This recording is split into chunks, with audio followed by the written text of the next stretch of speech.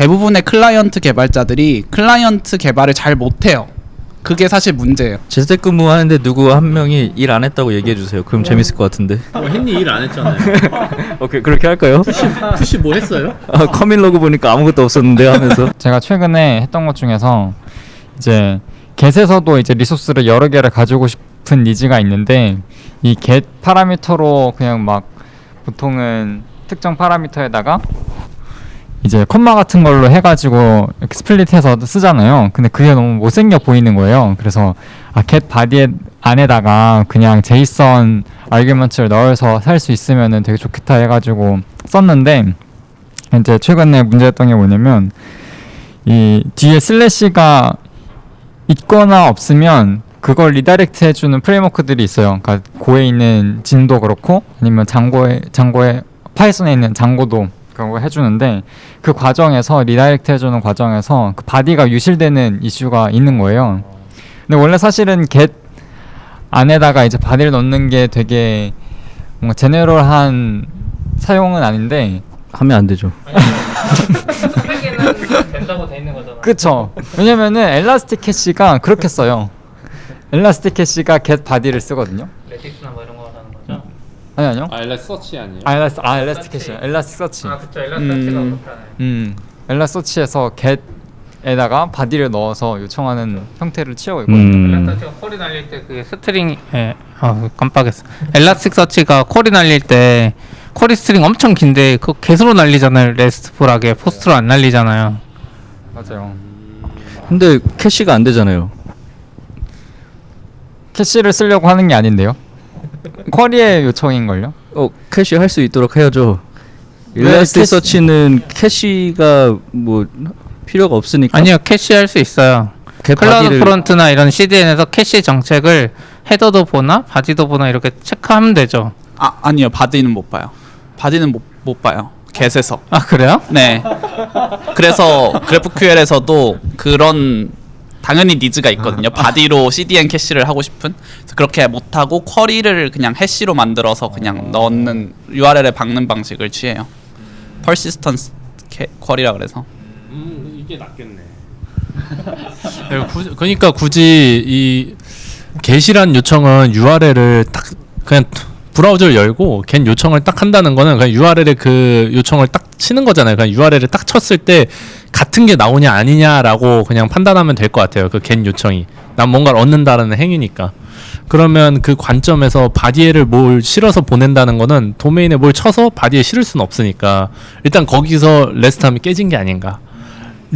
리프레젠테이티브 뭐였죠? 스테이트풀 API라고 하나요? 그게 REST API인데 리소스풀 뭐 이거 아니었어요? 아니에요. 리프레젠테이티브. 네. 네, 그러니까 이 URL이 이 리소스를 대표할 수 있느냐 없느냐라는 거를 정의를 하고 있는데 거기에 따르면은 이미 거기 바디에 뭔가 들어간다는 사실이 이 바디에 따라서 리소스가 변한다는 거는 굉장히 그 뭐라지 대표적으로 뭔가를 표현할 수 없다는 거죠. URL에서는. 그래서 그거는 문제가 있지 않나. 그래서 엘라스틱 서치 개발자들이 살짝 의심했어요 방금. 진짠가? 저는 키바나에서 URL 딱 치면 맨날 같은 화면이 나왔으니까 얘네들도 레스트풀을 지키고 있는 것 같은데 라는 생각을 하고 있었거든요. 네. 또 코로나 때문에 오신 것 같아요 문자가. 네. 근데 어디 그렇게 생각하면 엘라스틱 서치 같은 경우 쿼리 스트링이 엄청 긴데 get 그 URL 파라미터로 그거 보내면 URL 제한 걸려가지고 못 쓰잖아요. 그렇다고 레스트풀하지 않게 포스트로 get 요청을 보내는 것도 이상하잖아요. 근데 포인트는 저희가 get에다가 바디를 왜 써도 되냐라고 이제 했을 때 HTML 스펙에서 지원을 하니까였잖아요. 근데 포스트도 어차피 응답은 지원을 하잖아요. 포스트로 보내도 이제 응답을 해주는 거는 하기 때문에 그러니까 이제 잘 끼워 맞추지가 않긴 하죠. get이 아니고 포스트 주는 건데 왜 내가 응답을 받는 용도로 쓰는 거지? 그렇지만 근데 이게 뭔가 사람마다 다를 수 있긴 한데 제가 느꼈을 때 get과 post의 느낌이 post는 뭔가 그 데이터를 뭔가 만들거나 생성하거나 하는 느낌인 것 같아요. 뭔가 데이터를 주입하는 느낌. 근데 get은 정말 내가 데이터를 가져오고 싶은 그 메소드 이름 같은데 그러면 이제 get으로 쿼리를 때리고 싶은 욕구가 있는 거죠. 그래서 뭔가 get에다가 body를 넣고 싶은 니즈가 생긴 게 아닌가? 라는 생각이 좀 들었어요. 그렇죠. 저는 이거는 사실 뭔가 스펙적인 이유도 있는데 그 어떤 우리가 흔히 할 수 있는 캐시 비하이비어에서 get이라는 메소드 자체가 바디를 캐싱을 지원하는 뭔가 프레임워크나 아니면 툴 같은 게 전무하기 때문에 최대한 안 하는 게 맞다. 네. 라고 생각해요. 네. 네. 그래서 GraphQL 어떻게 생각하세요? 아, 근데 GraphQL을 그런 식으로 따지면 get에다 body 넣는 거 아니에요? 그렇죠.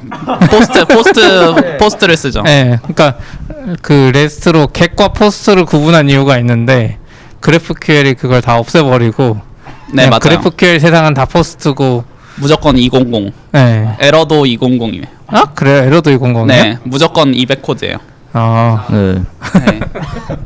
에러도 200 코드고 그냥 제이슨 응답에 데이터가 들어있음 데이터 필드에 이제 데이터를 넣고 에러가 발생하면 에러스라는 필드가 생겨요. 그래서 그걸 클라이언트에서 알아서 에러스 필드가 있으면 스로우를 하는 느낌으로 해요. 네. 저도 오랜만에 레스트 이 문제가 있어가지고 생각을 해봤는데 아 내가 왜 이걸 여태껏 까먹고 있었지 생각을 해보니까 제가 최근에 GraphQL을 많이 썼거든요. 그래서 GraphQL을 쓰다 보니까 이제 HTTP 코드가 막 200이니 300이니 막 400이니 막 420이니 막 이런 생각을 안 해도 됐던 거예요. 그래서 거기서 좀 약간 편안함이 있었어요. 네. 이제 200이란 얘기는 무조건 통신이 갔다 왔다라는 뜻이잖아요. 그렇기 때문에 통신 자체는 이제 잘 된 거고, 근데 거기서 이제 뭐 저희가 흔히 이제 뭐 유저를 뭐 get 유저 한 다음에 뭐 100을 했는데 100번 유저가 없어요. 예를 들어서 그러면은 이걸 404를 줘야 되니 아니면은 뭐 422 뭐 unprocessable entity 뭐 이런 것도 있고 뭐 어떤 걸 줘야 되는지 이제 모르잖아요. 근데 이제 GraphQL을 쓰면은 그냥 그 생각 안 해도 되는 거죠. 그냥 GraphQL 명세에 그냥 not found가 있으니까 그냥 not found를 주고 에러는 아니니까 그냥 에러라고 하지 말고 약간 이런 게 있어가지고 여태껏 생각을 안 하고 있었던 것 같아요. 네, 레스트에 뭘 주는 게 적당한 건지 막 이런 생각을. 네. 근데 헨리 최근에 GraphQL 하시면서 약간 힘들었다고 들었던 것 같은데 네 맞아요. 맞아, 궁금해요 그거. 어떤 네. 것 때문에 힘들었다고 느꼈는지가 좀 궁금해요. GraphQL이 처음에 아무것도 없을 때 무에서 유를 창조할 때는 되게 좋은 것 같거든요. 근데 있던 거에서 이제 GraphQL로 어떻게든 이제 만들어 보려고 하면은 되게 어려운 것 같아요. 특히나 어쩔 때가 어렵냐면은 그 릴레이션이 굉장히 많은 그런 DB를 이제 GraphQL로 이제 저희가 앱스트랙션을 만들고 싶을 때 그때 정말 어려워요. 왜냐면은 GraphQL이 사실 처음에 나왔을 때 페이스북이 만들었는데 이제 예를 들어서 유저가 뭐 친구를 가지고 있어요. 프렌드를 가지고 있어요.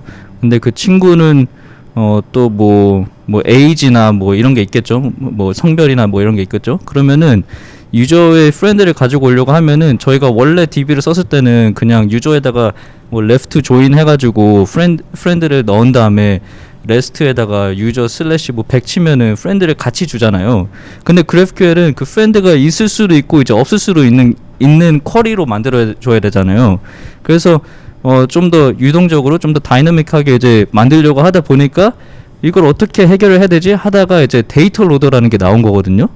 근데 그 데이터 로더라는 게 나중에 이제 이해를 해보시면은 프렌드는 프렌드 따로 이제 데이터 로더를 만들어야 되고, 근데 프렌드 따로 만들어야 되는 게 아니고 유저와 프렌드 사이에 데이터 로더가 있는 거예요. 그래서 유저 프렌드 하면은 데이터 로더 하나, 유저 한 다음에 뭐 책 하면은 또 유저 북 데이터 로더 하나, 또 유저 한 다음에 또 뭐 다른 게 있어요. 또 데이터 로더 하나. 약간 n개와 m개가 있으면은 n 곱하기 m개가 되는 거죠. 네, 그래서 그거 다 일일이 만드는데 너무 이제 귀찮은 거예요. 귀찮고 힘들고 속도도 안 나고. 네. 그래서 원래 릴레이션이 많이 존재했던 거는 이제 조금 안 맞는 것 같다. 그냥 레스트로 어차피 우리가 막 그렇게 막 쿼리를 다이나믹하게 쓰는 것도 아니고 그냥 뭐 화면 진짜 있는 거 몇 개 없거든요. 그러니까 이제 그냥 레스트로 그냥 미리 해가지고 보내자. 약간 이거였죠. 여기는 그냥 있는 대로 다 내려주면 알아서 갖다 쓰겠다. 네. 귀찮게 이거 하나씩 컨트롤 안 하고 뭐 네. 원래는 약간 필요한 필드만 데이터 부하를 줄이면서 가져오는 거였는데 그럴 필요 없이 그냥 있는 거 다 주면 내가 갖다 쓰는 정도로 불만족이 딱히 없다 뭐 이런 관점이라고 봐도 될까요? 네, 그렇죠. 네, 네, 그렇죠. 근데 사실상 그게 어떤 문제랑 와닿냐면, 그러니까 지금 결국엔 어떤 릴레이션에 대한 문제잖아요. 근데 네. 오히려 GraphQL이 가지는 어떤 구조적 장점 때문에, 그러니까 구조적 유연함보다는 어떤 규약이 생기는 거죠. 그래서 구현의 힘든 부분인 것 같아요, 제 생각에는.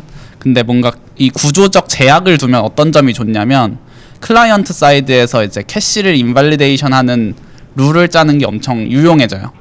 예를 들면 프렌즈가 있는데 클라이언트 쪽에서 이 프렌즈를 가져와야 될지 안 가져와야 될지, 아니면은 추후에 그게 바뀌었을 때 내 캐시를 어떻게 인밸리데이트 할지를 명확하게 할 수 있어요. 어떻게?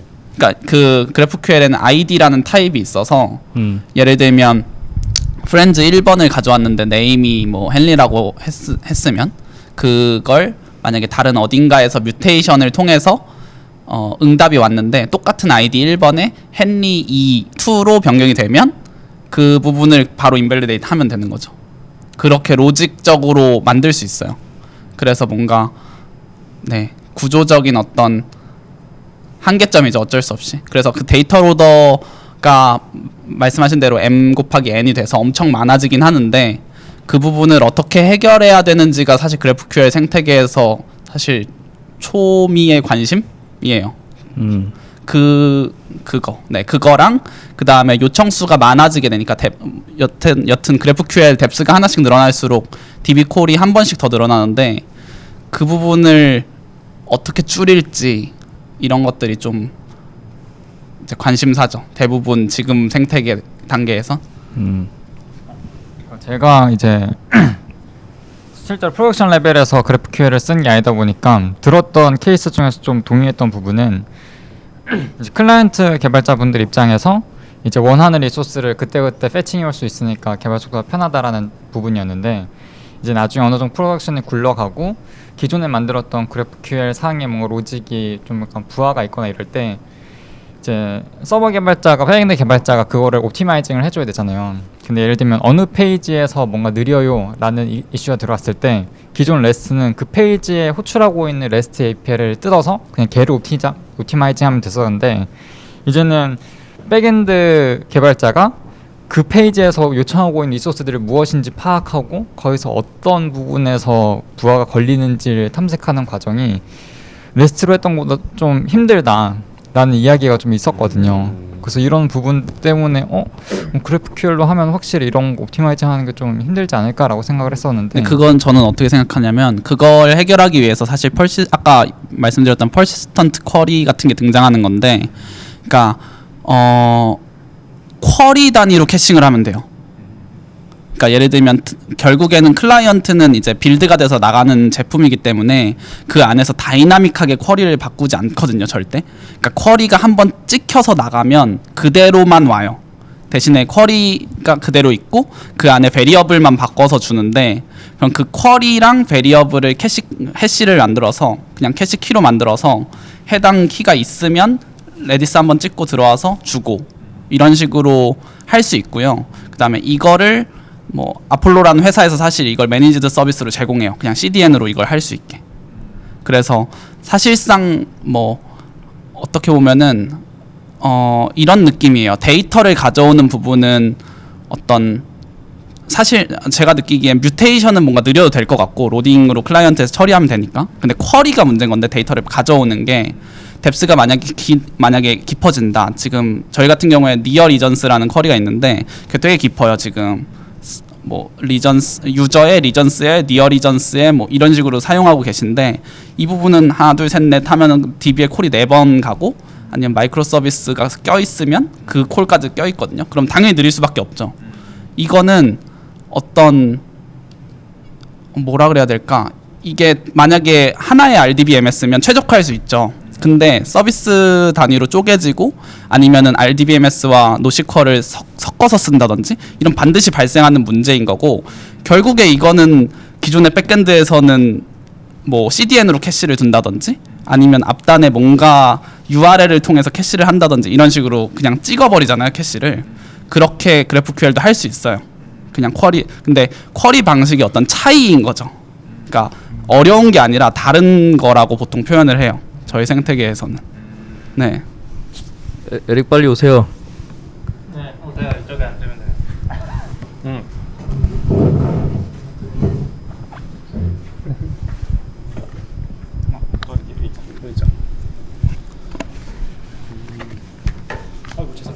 괜찮아요. 무엇에 대해서 얘기하고 있었죠? GraphQL에 대해서 어떻게 생각하세요? 아, GraphQL이요? 별로예요, 좋아요. 사용하는 사람은 매우 좋은 것 같은데 만드는 사람은 힘든 것 같습니다.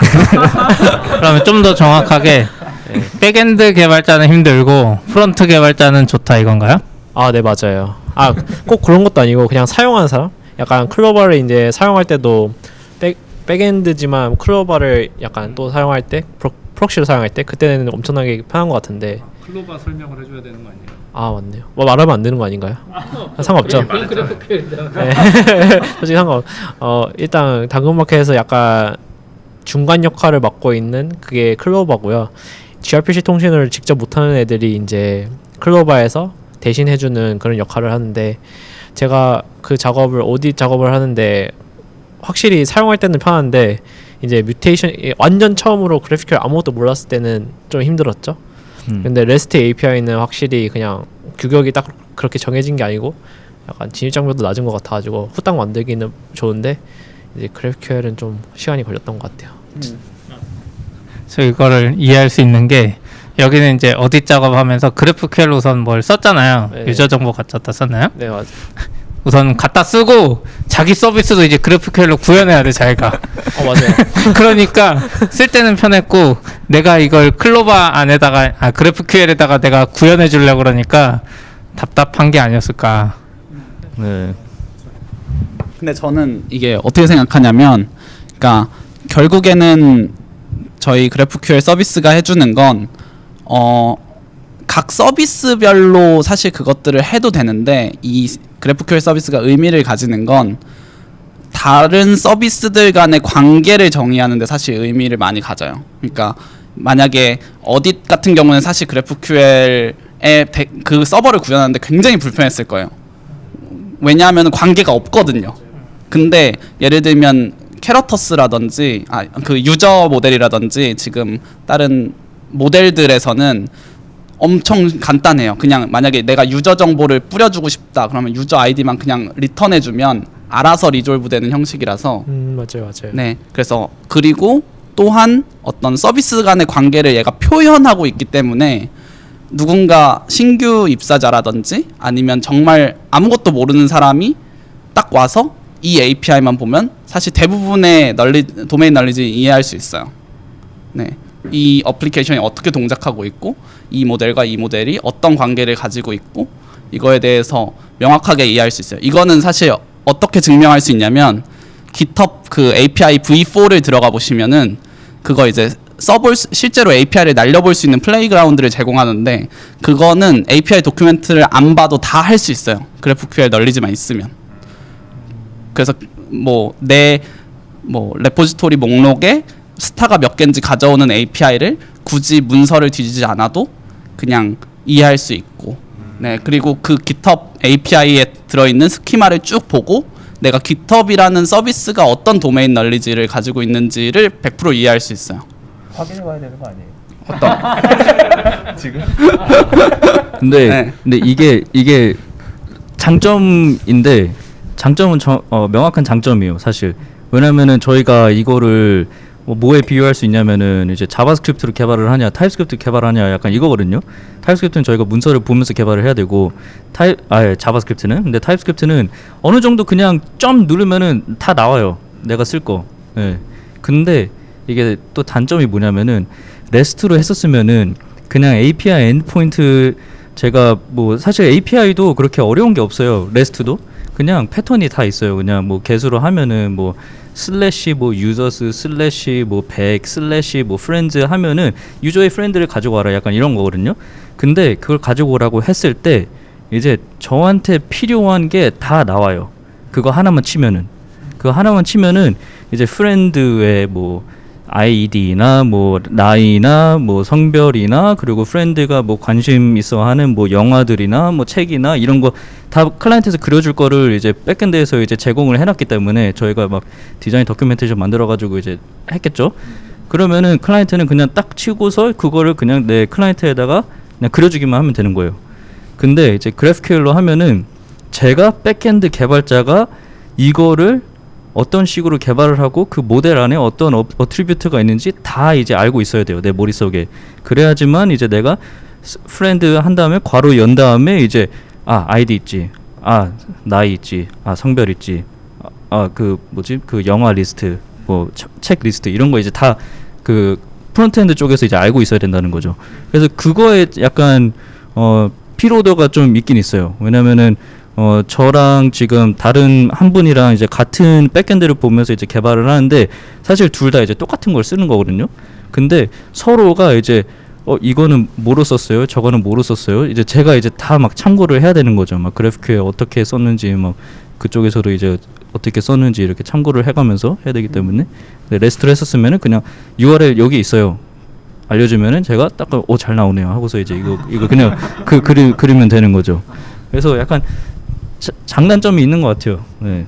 근데 저는 사실 뭐 GraphQL의 최대 장점이라 그러면 뭐 되게 많은 장점들이 있는데 사실 뭐 이렇게 말하면 되게 논란이 될 수도 있지만 대부분의 클라이언트 개발자들이 클라이언트 개발을 잘 못해요.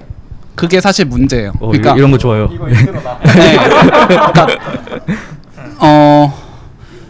로컬 캐싱을 어떻게 해야 되는지, 그 다음에 리덕스를 왜 써야 되는지, 저녁 상태 관리가 왜 나왔는지를 이해를 잘 못하고, 그 다음에 좋은 클라이언트의 어떤 그 뷰 컨시스턴시라는 개념에 대해서 이해를 잘 못해요. 근데 만약에 REST로 하게 되면, 예를 들면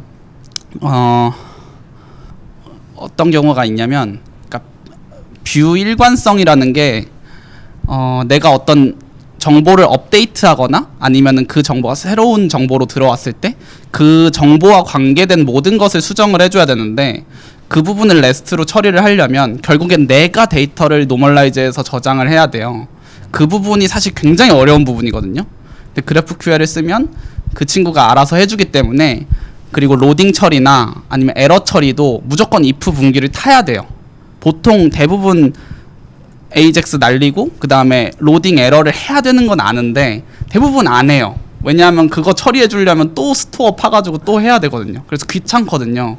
그래서 저는 사실 제 모토가 하이 퀄리티 어플리케이션을 빨리 만드는 방법, 이거에 저는 관심이 많은데 저는 GraphQL이 그 해답이 될 수 있다고 생각해요. 어느 정도 중간을 지키면서 고퀄리티의 제품을 빨리 만들 수 있는 거.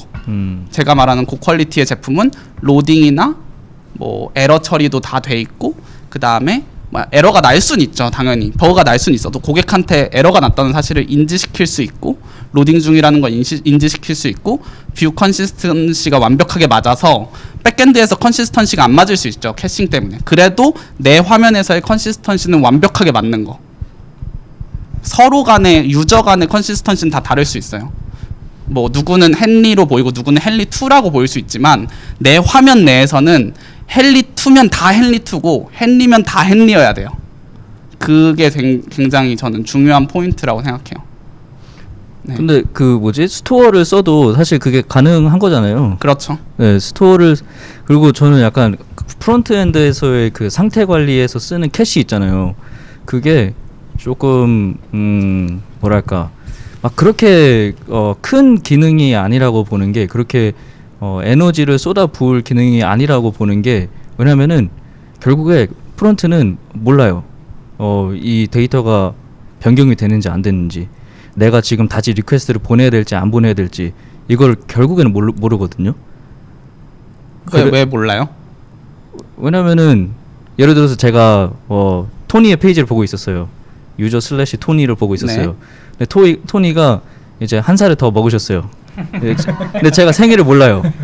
근데 마침 제가 이제 다음 날에 이제 들어가는데 저는 이제 토니가 이제 나이가 한 살 더 이제 많은 걸로 이제 보여야 네. 되는데 이제 그 전으로 돼 있는 거잖아요. 저는 이미 토니 페이지에 한번 네. 들어갔으니까. 근데 이제 여기서 이제 내가 더 한 번 더 요청을 해야 될지 요청을 안 해야 될지 모르는 거잖아요. 결국에는. 근데 그거는 요청을 안 해도 되는 거죠. 왜냐면 내 화면 안에서만 완벽하면 돼요. 실제 그 정보가 어떠한 거는 사실 클라이언트의 퀄리티랑 별 관계가 없어요. 그러니까 화면 내에서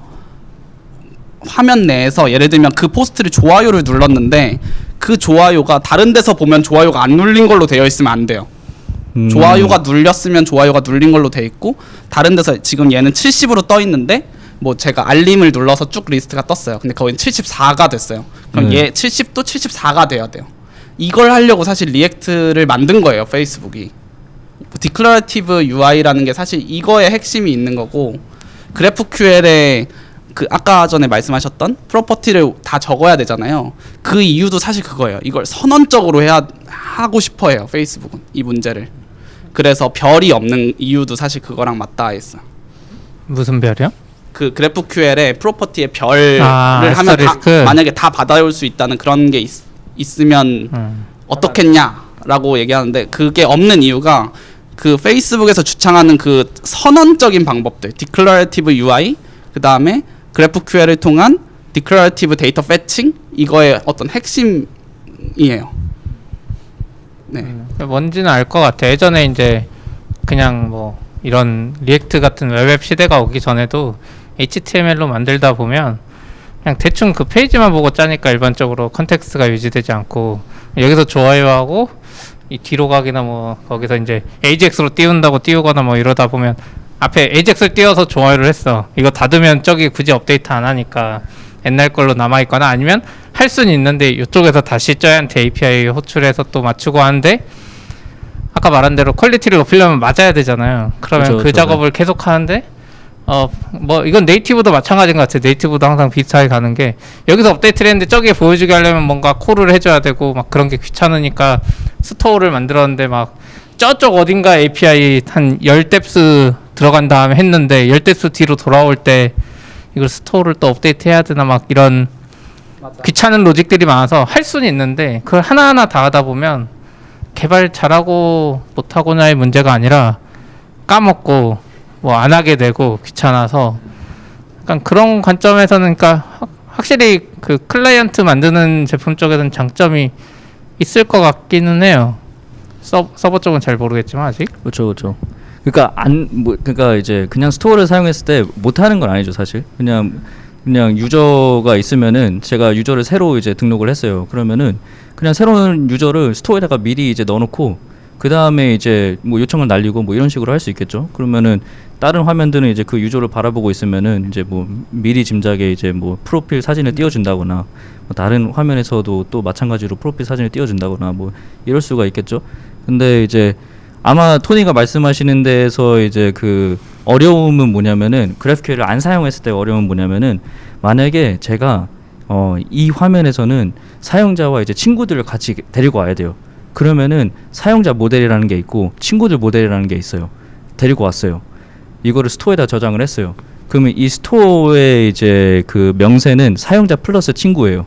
근데 그 친구한테 이제 제가 뭐 채팅을 걸 수가 있어요. 채팅을 걸어가지고 채팅을 걸다 보면은 이제 이 친구의 상태를 제가 받을 수가 있어요. 받으면은 제가 이 친구의 상태를 이제 업데이트를 시키고 싶은 거죠. 로컬 상태에다가. 근데 그 스토어에는 유저 플러스 친구예요. 친구만 업데이트 하려면 좀 어려워요. 약간 이 부분을 이제 말씀을 해주시는 것 같은데 그 부분 때문에 저도 GraphQL을 사용을 했어요. 네, 그 부분 때문에 GraphQL을 사용했는데 근데 자바스크립트에서는 되게 잘 돼요. 그게 자바스크립트에서는 그냥 막 코드 제너레이트도 해주고 막 그냥 이것저것 그냥 해도 그냥 다 그냥 타입 만들어줘가지고 그냥 쓰면 되거든요. 되게 편리하거든요. 근데 아직까지는 지금 자바스크립트 외에서는 그 지원이 좋지가 않아요. 그래서 사실 이게 페이스북의 해답이 뭐냐면, 그러니까 조금 아까 하고 싶은 얘기가 있어서 좀 더 하면, 그러니까 사실 이 논의가 어떻게 시작된 거냐면, 만약에 지금 리액트도 없고 아무것도 없는 상태에서 클라이언트를 만든다고 가정을 했으면 이제 API 콜을 해서 데이터를 가져와서 도큐멘트 get element by id로 저거 찍어서 바꾸고, 요거 찍어서 바꾸고, 저거 찍어서 바꾸고, 저거 찍어서 바꾸고, 이런 식으로 되겠죠. 그러면은 API 콜하는 코드랑 데이터를 나눠주는 코드, 그 다음에 각 돔 엘리먼트가 결국에는 의존성이 생기게 돼요. 그러니까 데이터가 바뀌면 이것도 고쳐줘야 되고 돔도 고쳐줘야 되고. 근데 이걸 해결하기 위해서 리액트가 나온 거예요. 선언적으로 뭔가 UI를 그리면 데이터를 처리하는 부분이랑 뷰를 그리는 부분을 의존성을 끊을 수 있지 않을까. 근데 사실 이게 전부가 아닌 거예요. 사실 데이터 패칭 로직도 디클러러티브하게 바뀌면 모든 의존성을 다 끊을 수 있어요. 이 컴포넌트에서 내가 필요한 쿼리, 이 컴포넌트에서 쿼리, 이 컴포넌트에서 쿼리, 이 컴포넌트에서 쿼리 하면은 하나를 바꿀 때 다른 걸 보지 않아도 돼요. 그 의존성들이 다 독립적으로 있으니까. 그러면은 코드 유지 보수성이 올라가죠. 그래서 제가 하고 싶은 얘기는 뭐냐면, 그러니까 분명 그런 부분이 있어요. iOS나 안드로이드에서는 GraphQL을 쓰기가 굉장히 까다롭거든요. 클라이언트가 고도화되어 있지도 않고. 그 페이스북은 어떻게 하냐면 그래서 섞어서 쓰는 거예요. 그러니까 페이스북은 엄청 큰 앱이고 피처도 많고 도메인도 많은데 이거를 다 관리하기엔 너무 힘들어요. 그 릴레이 이제 문서에 보면 컴포넌트가 수만 개라고 표현을 하거든요. 그럼 수만 개를 어떻게 관리하느냐에 대해서 걔네는 엄청난 고민을 한 거예요. 수만 개가 말이 수만 개지 정말 수만 개거든요. 그러면은 우리가 지금 당장 뭐 실험적으로 나가야 된다든지 신규 피처들은 관리하기 편한 리액트 네이티브 릴레이 요걸로 나가고, 최적화를 해야 되는 부분은 네이티브로 나가고, 약간 이런 느낌으로 하는 것 같아요, 페이스북은. 그래서 뭔가 리액트 네이티브가 만들어진 이유가 사실 거기 있다고 전 보거든요. 그래서 페이스북 팀에서도 리액트 네이티브를 계속 가져갈 수밖에 없어요. 릴레이 iOS나 릴레이 안드로이드가 나오지 않는 이상, 릴레이는 GraphQL 클라이언트거든요. 그게 나오지 않는 이상 리액트 네이티브는 무조건 끌고 가야 돼요, 페이스북. 네, 자기네들 관리를 위해서. 페이스북 리액트 네이티브 쓰는 거 이제 거의 없지 않아요? 아니요, 많아요. 페이지스 앱은 망했고. 그러니까 리액트 네이티브로 만든 건 없고, 그러니까 페이스북 앱 내에서도 리액트 네이티브로 된 화면이 750개 이상 있어요. 일부 화면 조금 하는 네네. 부분을. 네. 그러니까 새로 나가야 되는 거나 예를 들어서 유저가 많이 안 쓰는데 굳이 이걸 빨리 만들 필요가 없는 느낌이죠. 우리가 관리하기 편한 게 더 낫다라고 걔네는 이건 충분히 빠르니까 코드 관리가 편한 쪽이 맞다라고 생각하고 그렇게 의사결정을 하는 거죠. 이거는 네이티브로 만들고 이건 리액트 네이티브랑 릴레이 조합으로 만들자, 이렇게 그런 식으로 푸는 것 같아요. 제가 페이스북 직원은 아니지만 대변을 하자면. 네. 리액트 네이티브는 또 할 얘기가 많은데 다음 주제 아닌가요? 저도 이거는 좀 할 얘기 있는 것 같아요. 리액트 네이티브와 플러터는 다음 이야기로 리액트 네이티브와 네, 뭐 다음 이야기로 넘어가는 걸로. 플러터 얘기하면은 또 이제 피가 터지죠. 근데 이거는 지금 말을 안 해야 다음에 할 말이 많아요. 그렇죠. 우선 헨리가 플러터로 그거 만든 다음에 이야기합시다. 그거 완성되면. 지금 거의 다 됐는데 지금 디자인 때문에 너무 머리가 아파요. 맨날 크멍 들어가고 있어요. 요즘엔 진짜 프론트를 좀 잘하는 사람들은 디자인도 직접 해요. 크몽 들어가지 마세요. 제가 그러면 디자인을 배울게요. 네. 크멍 들어간 이유가 디자인 강사 찾기 위해서. 숨고. 네, 당근마켓 지역. 여기 과외. 디자이너한테 돈 주고 배워요. 그럴 수만 있다면 저는 너무 좋죠. 그럼 대는 GraphQL 썼잖아요. 대는 어때요? 저도 근데 프로덕션에서 써본 적은 별로 없고 그냥 지금 클로바 사용하면서 만들고 아니면 이제 토이 프로젝트 같은 걸 사용했었는데 사실 저는 그렇게 크게 차이를 못 느꼈어요. 둘 다 편해서. 근데 GraphQL 만드는 것도 사실 그 규격만 잘하고 명세만 잘 읽으면 충분히 좋다고 생각하거든요. 그리고 가장 쓰면서 좋았던 거는 그 프래그먼트라고 하는 그 부분에서 되게 감명받았어요. 그 부분에서 아 이거는 클라이언트가 진짜 편하겠다. 이건 진짜 편하겠다라는 생각을 했었거든요. 그래서 이거는 레스트에서 구현하지 못하지 않을까. 엄청나게 많은 콜을 때려야 되는 상황이니까 그런 걸로 보면은 GraphQL도 되게 좋다라는 생각을 가지고 있고 또 레스트는 다들 아시다시피 그냥 되게 자연스러운 그냥 웹 개발하다 보면 되게 자연스럽게 체득할 수 있는 부분이잖아요. 약간 그런 느낌이잖아요. 그래서 그냥 둘 다 장단점이 있다?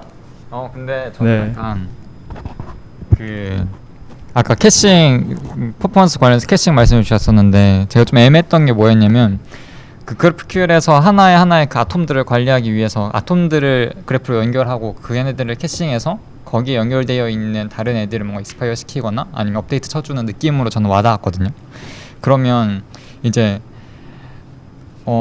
일단은 그 퍼포먼스 튜닝을 할 때 그냥 시간 복잡도를 무조건 공간 복잡도로 해결하는 느낌을 좀 받았던 것 같아요. 얘네들 하나하나를 다 그냥 메모리에 다 띄워놓고 그 아톰들 하나하나씩 스테이터스를 관리하면서 이 생태계를 관리하는 저장소를 관리하는 느낌인데 그러면은 사용되는 메모리가 너무 커지는 게 아닌가? 라는 느낌을 좀 들었던 것 같아요. 이런 요소를 어떻게 해결할 수 있을까? 지금 어차피 메모리 싸니까 그냥 갖다 박으면 클라우드 시대에 그냥 갖다 박으면 되는 건가?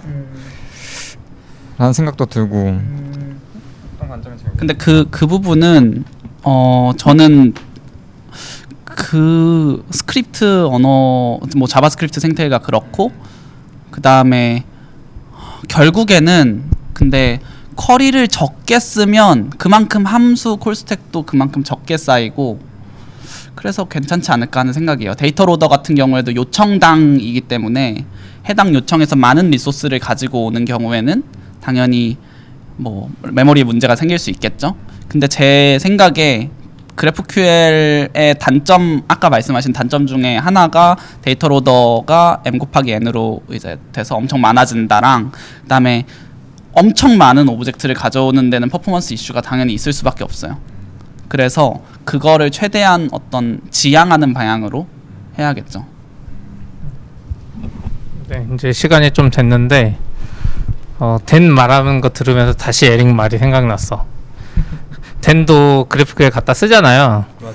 근데 자기가 서버 만들고 클라 쪽 하는 데는 REST API 써요. 맞아요. 자기가 서버 만들어서 내려주는 쪽은 GraphQL 안 하고 REST로 하고 여기 거 갖다 쓸 때 GraphQL 갖다 편하게 쓰고 약간 뭔가 다 비슷한 느낌인 것 같아. 근데 이거는 왜 이거 되게 좋은 어프로치인 게 이게 BFF 어프로치인데 그냥 프론트엔드를 잘게 쪼갠 다음에 백엔드 포 프론트엔드를 만드는 거거든요. 그래서 사실 도메인이 그렇게 크지가 않아서 그냥 레스트로 해도 괜찮다고 저는 생각해요. 네. 저도 할 말이 있는데 제가 이 왜 에릭이 힘들어했는지 좀 이해를 해요. 왜냐면 저도 힘들었거든요. 저도 GraphQL 이제 요 서버에다가 컨트리뷰션을 하려는데 몇 번 리젝 당하고 엄청 힘들더라고요. 근데 그 이유에 대해서 제가 고민을 해봤어요. 왜 내가 저도 타입스크립트를 해보고 노드를 했는데 왜 요 프로젝트는 유독 힘들었을까 생각을 해봤는데 요거 같은 경우는 제 생각에는 타입스크립트와 GraphQL의 궁합이 너무 아폴로나 그런 게 너무 잘 만들었는데 그게 좋진 않은 것 같아요. 그 타입스크립트 내에서 GraphQL을 개발하는 것 자체가 서버를 개발하는 것 자체가 정말 안 좋은 것 같아요. 만약에 고로 개발을 했다면은 타입 체킹부터 해서 그게 굉장히 클라이언트 오리엔티드하게 더 개발을 할 수 있을 것 같아요. 근데 지금 타입스크립트로 서버에서 GraphQL 서버를 개발하다 보니까 요거는 계속 타입스크립트에 종속된 그런 어프로치들에 대해서 해결해야 되는 사항들이 너무 많은 거죠. 그게 너무 시간을 많이 잡아먹고 그랬는데 또 이제 제가 서버에서 저도 레스트로 내려주지만 제가 나머지 데이터들은 다 백엔드에서 이제 GraphQL 서버 요청해서 거기서 조합해서 내려주거든요. 이제 저는 GraphQL 서버를 제가 사용을 하는 거죠. 제 백엔드에서. 근데 이건 레스트를 쓰는데 또 만약 또 사용자 입장에선 GraphQL 서버는 사용하긴 은근 편하긴 했어요. 오브젝트 하나하나 가져오는 거에 대해서 명령들이 ID 단위로 가져오니까 내가 내 서버에 대한 리소스들은 ID 단위로 다 가지고 있고 거기에서 요청을 하니까 금방 가져오는데 또 그래서 만약에 나중에 GraphQL 서버를 만든다고 하면 지금 이 프로젝트를 없는다면 저는 고랭으로 역시 비양은 기승전 고 저는 근데 광고네요. 이 의견은 100% 동의하고 이 논의는 생태계에서 많이 논의됐던 내용이고 고가 좋은 생태계 고랑 GraphQL이나 러스트 GraphQL 되게 잘 맞는다고 소문이 많이 났어요. 네. 맞아요. 왜냐면 자바스크립트로 GraphQL 하면은 밸리데이션이 2번 일어나거든요. 처음에 들어올 때 그리고 나갈 때. 근데 그게 네스티드 돼 있으면은 그러니까 다 이제 타입 체킹을 해주는 거예요. 내가 맞는 숫자, 맞는 플로트나 맞는 이제 인트저를 보내고 있는 건지 아니면은 이게 스트링인데 내가 지금 불리언으로 보내고 있는 건 아닌지 이걸 다 확인을 하거든요. 그래서 자바스크립트에서는 그게 훨씬 더 느려요. 아 그리고 그거 좀 충격적이었어요. 우리가 뭐 만들었는데 gRPC인가 인트 64로 내려졌다고 여기 타입스크립트 그 이쪽에서 못 받는다 그래서 인트 64로 못 만들어주고 무조건 스트링으로 내려야 되는 뭔가 언어의 한계가 여기에 뭔가 GraphQL이란 좋은 게 있어도 언어의 한계로 다 맞아요. 막히는 느낌? 네. 그래서 GraphQL ID 프로퍼티는 인트 프로퍼티는 32비트밖에 안 돼요. 네. 그거는 자바스크립트의 한계고 그리고 만약에 그런 거 쓰고 싶으면 빅넘버라는 패키지가 있는데 그거 쓰면 되긴 해요. 빅넘버가 네. 있긴 있어요. 네. 이번에 합쳐지지 않나요? 아니, 아이디는 스트링으로 합시다. 아이디 스트링 괜찮은데. 근데 아이디는 인간이 보지 않는 영역이에요. 아니죠. 근데 DB가 안 해주잖아요. RDB가. 어떤 걸요? RDB가 PK를 숫자로 해갖고 올리잖아요. 그러니까 스트링으로 아, 바꿔서 이제 DB 가. API에서 내려줘야죠. 아이디가 사실 숫자가 아니어도 되잖아요. 그냥 키여도 되잖아요. 네.